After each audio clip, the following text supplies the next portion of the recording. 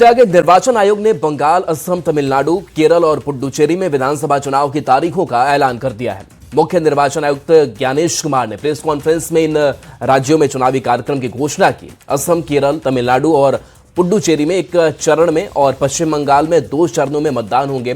5 राज्यों के चुनाव नतीजे 4 मई को घोषित हो जाएंगे। ये रिपोर्ट आपको दिखाते हैं।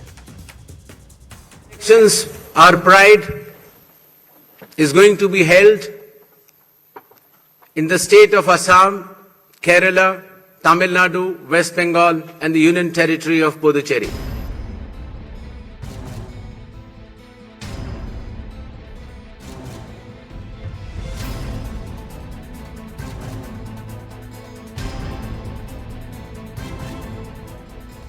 जिस घड़ी का इंतजार था वो इंतजार आज खत्म हुआ।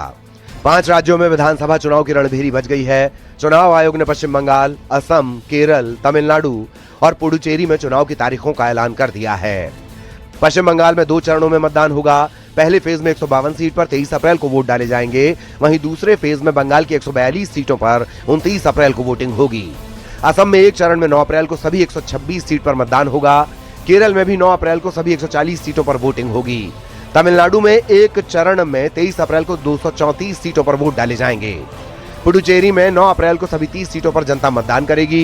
4 मई को सभी 5 राज्यों के चुनावी नतीजे घोषित होंगे। The festival of elections, our pride, is going to be held in the state of Assam, Kerala, Tamil Nadu, West Bengal and the Union Territory of Puducherry. The total electors are 17.4 crores and the assembly constituencies are 824. The number of polling stations is roughly 2.19 lakhs and the electoral machinery would consist of roughly 25 lakh personnel. तारीखों के ऐलान के साथ चुनावी बिगुल फूंका तो सियासत भी जोश में आ गई और बयानबाजी की धार तेज हो गई।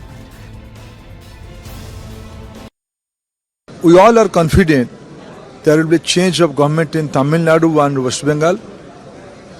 And Kerala also will retain our government in Assam and Pondicherry. Bharatiya Janata Party led NDA will coming out with flying color in the next election. मेरे हिसाब से तो थोड़ा पहले अनाउंसमेंट हो जानी चाहिए थी। कभी कभी ये लगता है कि आप देखिए चुनाव के यकायक पहले हमारे प्रधानमंत्री चले जाते हैं तमाम राज्यों में, और आजकल राज्यों में जब जाते हैं तो कोई भी राज्य में 40-50 हज़ार करोड़ से कम की या तो स्कीम्स अनाउंस नहीं करते या उनका शिलान्यास कराते हैं। वो दूसरी बात है कि उसका बाद में क्या होता है पता नहीं चलता है।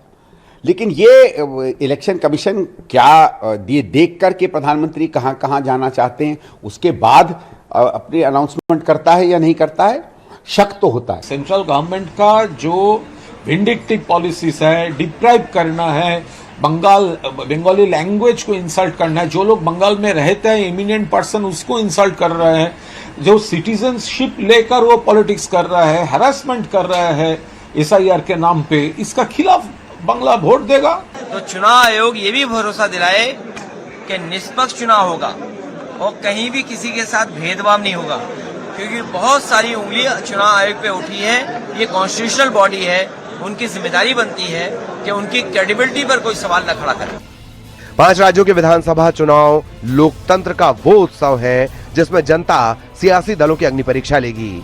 इस अग्नि परीक्षा में कौन पास होगा कौन फेल, जनता किसके साथ करेगी खेल, ये तो 4 मई को सामने आएगा, जब EVM से बाहर निकलेगा जनादेश जो बताएगा कौन बना सरताज और किसकी अधूरी रह गई आस।